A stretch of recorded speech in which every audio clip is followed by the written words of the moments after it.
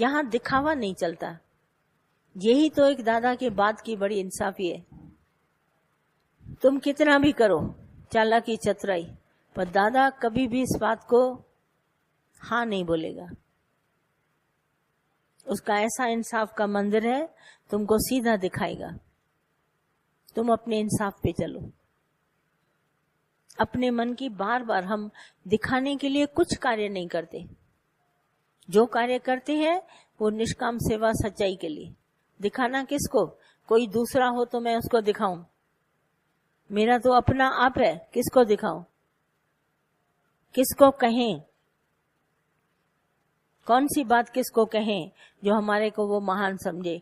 ये महान हर एक है, हर एक अपने फील्ड में महान है। यहाँ कोई छोटा नहीं, कोई बड़ा नहीं। हम ऐसे नहीं एक को गिरा के दूसरे को महान, पर महानता तुम्हारी अपनी है, सच्चाई निष्काम सेवा से जाहिर होगी। सकाम और अभिमान से कभी नहीं। इस सारी प्रकृति को पूरा इंसाफ समझना। ये तराजू के दोनों पलड़े हम नहीं देखते, पर बीच की जो डंडी है उसका कांटा देखो। तुम्हारा मन का कांटा कहाँ खड़ा हुआ है? उस कांटे पर देखो, वो इंसाफ पर खड़ी है धरती। कितनी भी बातों से कभी ये ज्ञान नहीं होता। यहाँ पर बात है एकदम टिक। दो बातें हम करते नहीं, बात सिर्फ एक है। निष्काम सेवा तो टोटली निष्काम, फिर सकाम का बीच में नाम ही नहीं आएगा। निराभिमानी तो सिर्फ निराभिमानी, फिर अभिमान का नाम नहीं आएगा। निरिच्छा तो टोटली निरिच्छा, फिर इच्छा का कोई बात नहीं चलेगी। ये नहीं कि दो चार इच्छाओं किनारे पार कर ली, दो चार अभिमान इधर उधर कर लिया। कभी हमारे गुरु ने तुम्हारे को दिखाया है अंदर एक बाहर दूसरी? जैसे बिल्कुल अंदर प्योरिटी वैसे ही। और दादा तो इतने लिए अपने लिए साफ कहते थे, मैं तो ऐसा हूं जैसे माय फादर इन हेवन। स्वर्ग उसको मिलता है जो सच्चाई पर है। बोला मेरा पिता परमेश्वर स्वर्ग में है, मैं बिल्कुल उसका प्रतिबिंब हूं। जैसे क्राइस्ट ने कहा I am son of God, मैं भगवान से आया हूं और मैं भगवान का बेटा और बिल्कुल भगवान जैसा।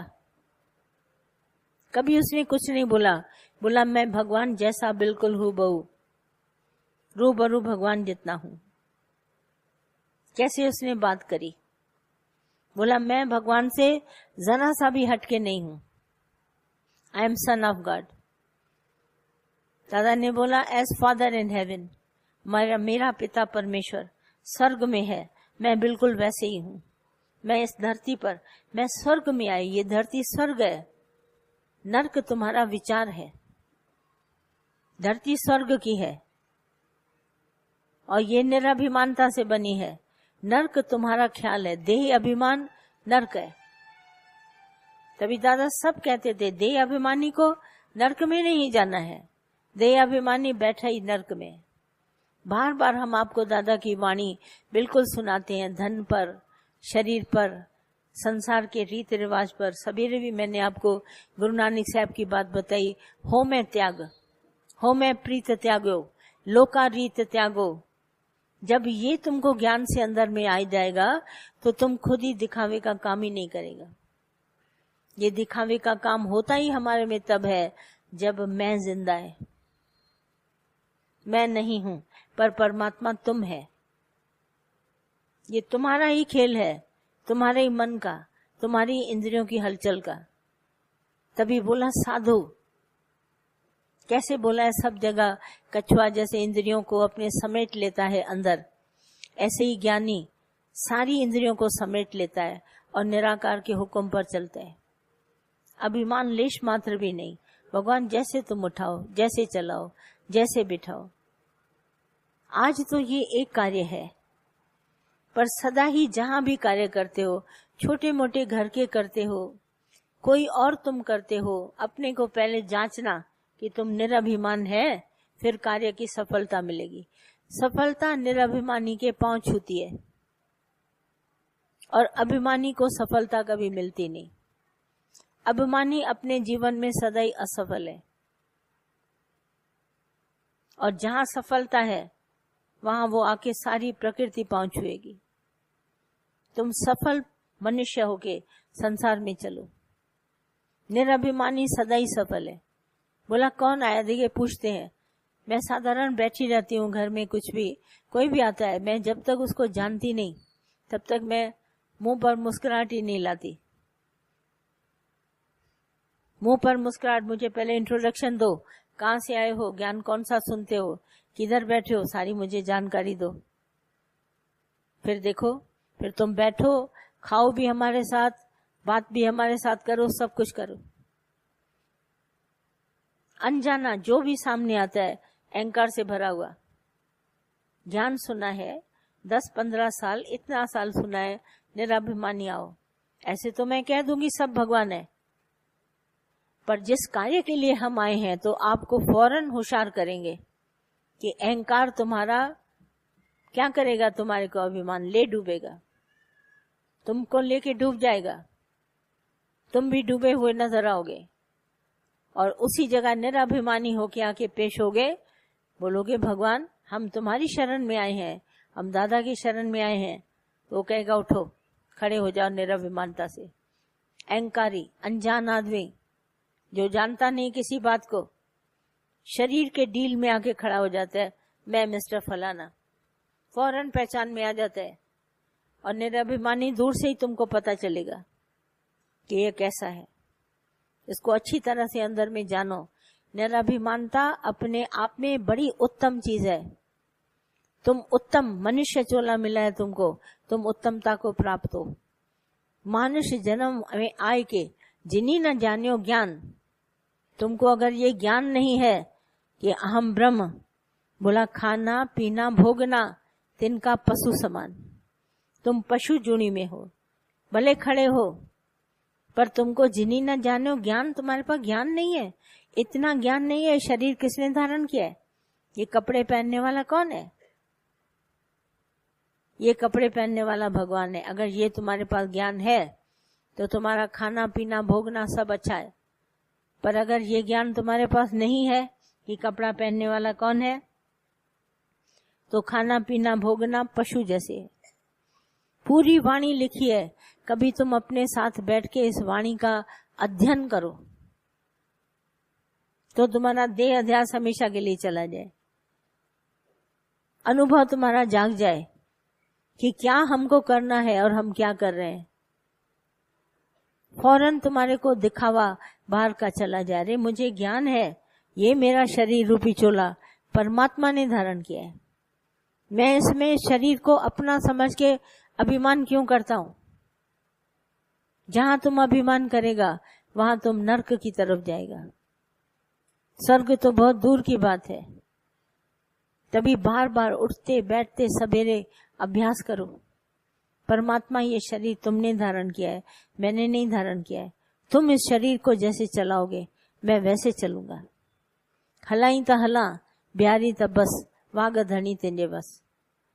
और शरीर से कभी भी तुम अगर अहंकार से कार्य किया तो अभिमान पशु है, सबको पशु बनाता है अभिमान। तभी देखो मनुष्य चोले के बाद, मनुष्य चोले में आके जो अहंकार करता है उसको सबको पशु जूनी में जाना पड़ता है।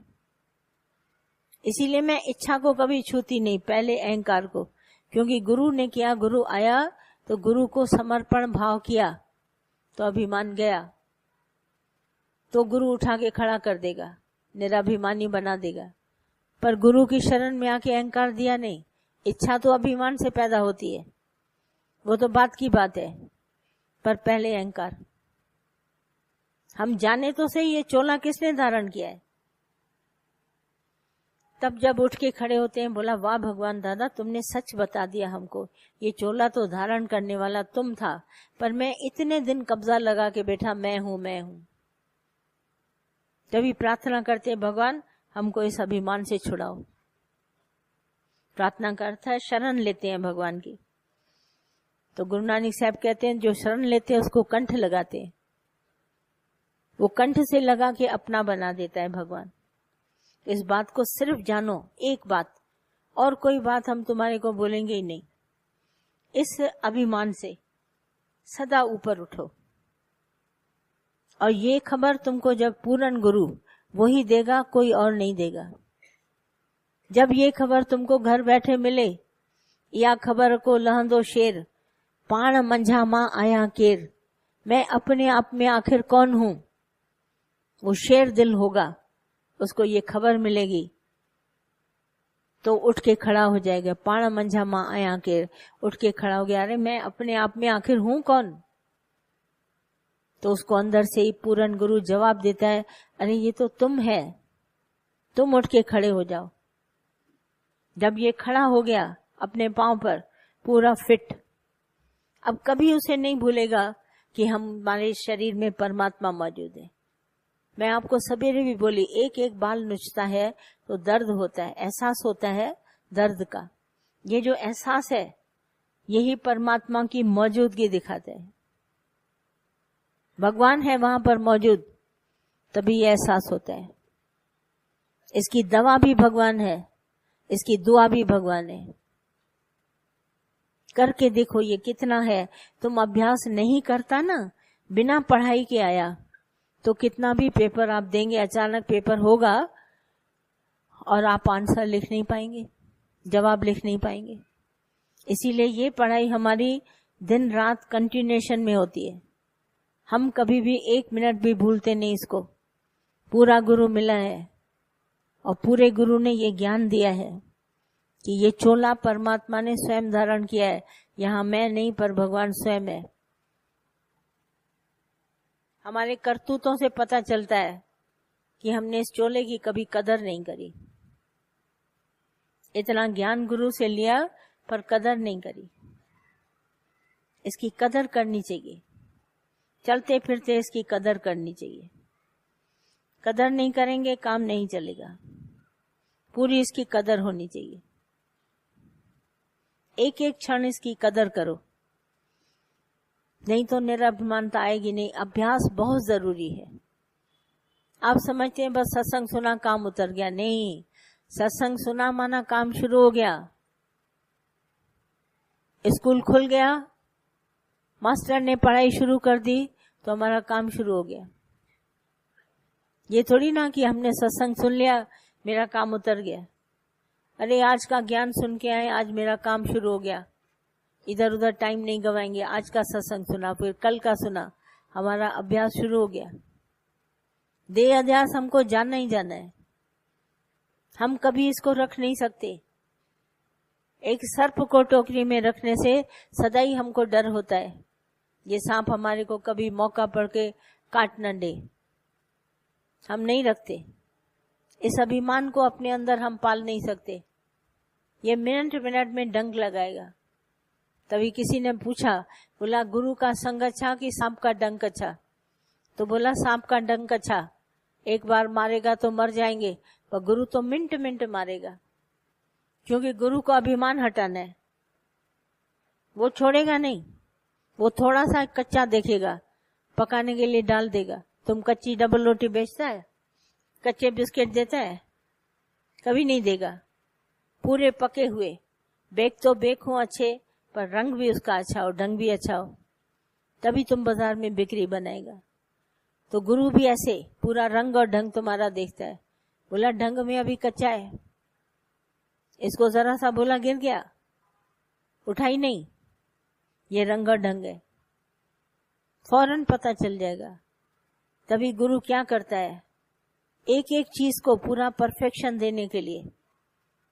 कंपनी जाके देखो संगमर के मरमर की मूर्ति कैसे बनती है। कलाकार उसको क्या करता है, कितना उसको तरसता है, छेनी से इससे काट के, जब तक उसको पूरा परफेक्शन नहीं आता उस मूर्ति को छोड़ता नहीं। दुर्गा माँ के टाइम पर दुर्गा माँ की मूर्ति बनती है, कितना साल भर एक अभी मूर्ति विसर्जन हुआ तो दूसरी मूर्ति बनना शुरू हो जाती है। ऐसे वो बना देते हैं। इनको अच्छी तरह से अंदर में जानो कि ये मूर्ति बनानी है, अपने शरीर को एक मूर्त बनानी है भगवान की। इसमें सूरत परमात्मा की दिखे। तुम भी देखो तो तुमको भगवान दिखे, और दूसरा भी देखे निहारे तो भगवान दिखे। निराभिमानी की मूर्त। आज हम देखते हैं छोटे छोटे बच्चों को सब जने प्यार करते हैं। कोई जाते ऐसे छुएगा, मुस्कुराएगा, बच्चे बच्चे सबको अच्छे लगते हैं, क्या कारण है? कोई तो सबब होगा इसके पीछे। और बूढ़े क्यों नहीं अच्छे लगते? बच्चे बहुत अच्छे लगते हैं क्योंकि साफ हृदय है, वो अभिमान नहीं करते, उसको मालूम भी नहीं अभिमान क्या होता है। जिधर देखते हैं मुस्कुराते हैं, अपना है पराया है कैसे है, प्यार करते हैं, देते हैं, सबको मन होता है इसको चॉकलेट दे, इसको बिस्किट दे, निरभिमानता।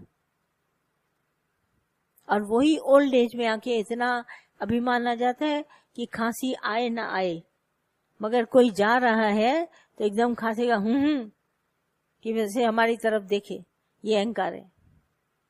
बच्चा नहीं कभी खांसेगा। दूसरे का अट्रैक्शन अपनी तरफ करने के लिए खांसी करते हैं, कुछ नहीं होता है उससे। इसीलिए हम सबको सीखने के लिए गुरु के पास तलवार के नीचे सर रखो, आसान बात नहीं है। और प्रीत है तो बहुत आसान है, पर रीत में अगर खड़ा है तो बिल्कुल आसान नहीं। जगत के व्यवहारों में खड़ा है, रीत रिवाज में, तो बिल्कुल आसान नहीं। और अगर गुरु की प्रीत में खड़ा है तो सारे रीत रिवाज खत्म हो जाएंगे। प्रीत रीत को कभी जानती नहीं, और रीत जो है वो प्रीत को कभी नहीं जानती। और प्रेम कियो तिन्हि ही प्रभु पायो, जो प्यार करते हैं वही प्रभु को पा लेते हैं। जो प्रीत जिनके पास नहीं है उनको प्रभु नहीं मिलेगा, क्योंकि प्रभु है प्यार, वो प्यार के द्वारा ही मिलता है। जब तक हम प्यार नहीं होगा हमारे हृदय में, जीवन में प्यार नहीं होगा, तो कभी भी प्रभु नहीं मिलेगा। ये तो हमारा आचरण, हम ऐसा कर देते हैं, झुक देते हैं, पांव छू लेते हैं, ये सब गुरु को कभी समझता ही नहीं। गुरु तो बाहर का दिखावा है। हाथ जोड़ लेते हैं, अच्छी सी पोएम सुना देते हैं, कोई भजन सुना देते हैं, कहते हैं ये प्यार है, ये नहीं है। प्रीत से तुम अपना जीवन बनाएगा, जीवन बन के खड़ा हो जाएगा। मिनटों में बात को तुम्हें पता चल जाएगा। प्यार ऐसा है, प्यार ही हमारी जिंदगी है जिसमें अभिमान नहीं होता। और जहां अहंकार आ गया वहां प्यार खत्म।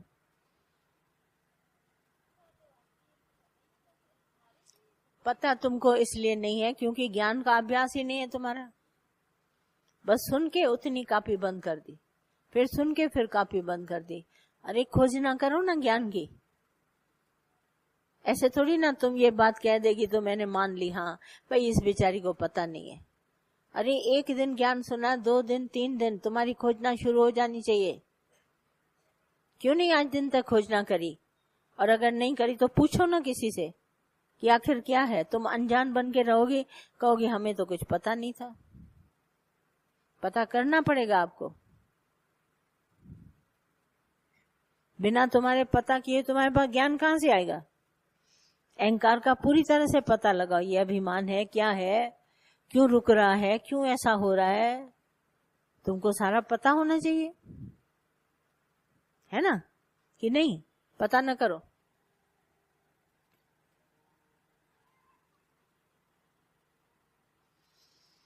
और कुछ?